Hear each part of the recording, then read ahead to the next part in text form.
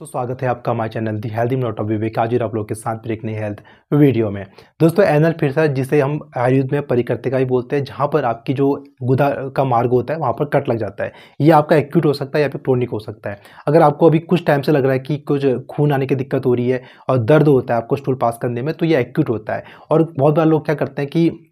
बाहर से कोई मेडिसिन ले लेके इसका इलाज ना करके बहुत लंबे टाइम तक इसको क्या कहते हैं ऐसे ही चल रहे होते हैं, जिसकी वजह से जो आपका जो फिशर होता है, जो एनल फिशर एक्यूट फिशर होता है, वो क्रोनिक फिशर में चेंज हो जाता है, जिसे हम क्रोनिक फिशर बोलते हैं। तो आज इस वीडियो में आपको बताऊंगा कि कैसे क्या कहते हैं आप एनल फिशर को होने से बच सकते हैं। देखो दोस्तों, आपको एक चीज़ ध्यान रखना है कि जो आपकी गुदा की जो पार्ट होता है वहाँ पर कुछ मसल्स होती है, जिसे हम कहते हैं इंटरनल स्पिक्टर मसल्स बोलते हैं और एक्सटर्नल स्पिक्टर मसल्स होते हैं। तो जो मसल्स होती हैं ये कंट्रोल करती है आपके स्टूल को, यानी जब आपका इच्छा होती है तो आप स्टूल पास करते हैं, तो ये पावर जो होती है इस मसल्स के अंदर होती है। तो कभी कभी क्या होता है, इस मसल्स के अंदर पास में आता है, मतलब इसके अंदर कॉन्ट्रैक्शन हो जाता है, जिसकी वजह से क्या होता है आपका रास्ता क्या होता है ना एकदम टाइट हो जाता है। यानी जब मल पास होता है तो बहुत टाइट से होता है, और जब मल टाइट से पास होता है तो क्या कहते हैं जब निकलता है तो वहाँ पर क्या होता है जो गुदा पार्ट होता है जो कि बहुत सॉफ्ट होता है, वहाँ पर आपका कट लग जाता है, जिससे क्या कहते हैं वहाँ पर क्या कहते हैं खून आने की समस्या होती है, आपको पेन होता है। और धीरे धीरे क्या होता है जब यही इस पास में बहुत लंबे टाइम तक होता है तो क्या कहते हैं जो घाव होते हैं बहुत ज़्यादा डीप हो जाता है, क्रोनिक फिशर में धीरे धीरे चेंज हो जाता है अगर आप इसका इलाज नहीं कराते हैं।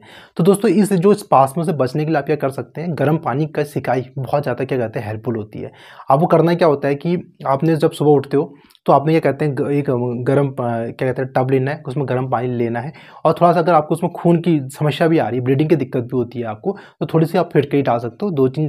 चुटकी उसमें फिटकरी डाल के उसमें आपको सिकाई करनी पड़ती है। तो उसमें आपको क्या करना पड़ता है, आप बैठ के आपके गुदा के पार्ट को ऐसे संकुचित करना है, कॉन्ट्रैक्शन करना है, रिलैक्सेशन करना है, ऐसे करके उसको करना है। तो इससे क्या होता है कि आपकी जो इंटरस्पेक्टर मसल्स होती हैं वो रिलैक्स होती है, वापस ब्लड सप्लाई बढ़ती है, और जो उसके अंदर कॉन्ट्रैक्शन होता है वो कम होता है, वो रिलैक्स हो जाती है। इससे क्या होता है कि जब आप नेक्स्ट टाइम जब स्टूल पास करेंगे तो आपका जो स्टूल होगा, जो लैट्रिन होगा, सही से पास होगी, और आपको जो कट होगा वो क्या कहते हैं ज़्यादा दर्द नहीं करता है।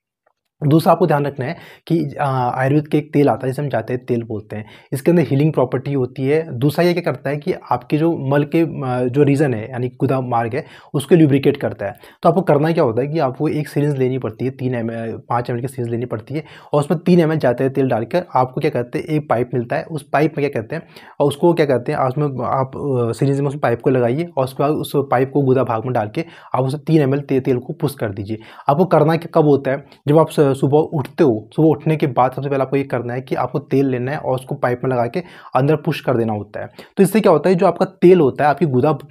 जो प्रदेश होता है यानी गुदा रीजन होता है वहाँ पर तक जाता है, एक ल्यूब्रिकेशन करता है उस एरिया का, ठीक है। और दूसरा क्या करता है, यहाँ पर आपका कट है अब उसको भी हील भी करता है, ठीक है, 2 काम करता है, और एक प्रोटेक्टिव लेयरिंग बनाता है। देखो अगर आपको ये कहते हैं घाव क्या कहते हैं खुला है, वो जो आपका रीजन है जहाँ पर गुदा पार्क में जो एक्यूट फिशर है वो रीजन जो होता है वहाँ पर क्या कहते हैं स्टूल आता है, तो इसकी वजह से हीलिंग नहीं हो पाती है, पानी रोज लगता है, तो वहाँ पर हीलिंग बहुत ज़्यादा क्या कहते हैं स्लो हो जाती है। जब ये कहते हैं तेल जाता है तो तेल उस एरिया को कवर करता है, जिससे कहते हैं बॉडी को टाइम मिल जाता है उसको हील करने में। और दूसरा क्या होता है उसके अंदर को भी क्या कहते हैं एनल जो अभी गुदा के जो गुदा से क्या कहते हैं आपका स्टूल निकल रहा है वो भी इसमें चिपकता नहीं है, जिसकी वजह से हीलिंग अच्छी होती है। दूसरा क्या करता है कि